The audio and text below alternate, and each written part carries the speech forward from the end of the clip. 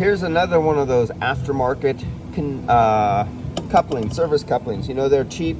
Amazon, eBay, any of those places, no name. And this is their common failure rate. They'll also leak outside the shaft.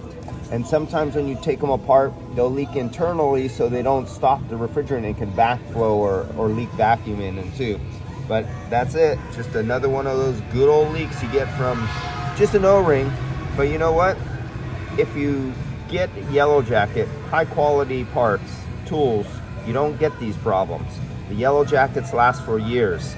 The aftermarket ones that I get, which I've been trying to find you guys a cheap alternative to buying a less expensive tool, it just doesn't work out. They just keep failing month after month or week after week. They don't last long.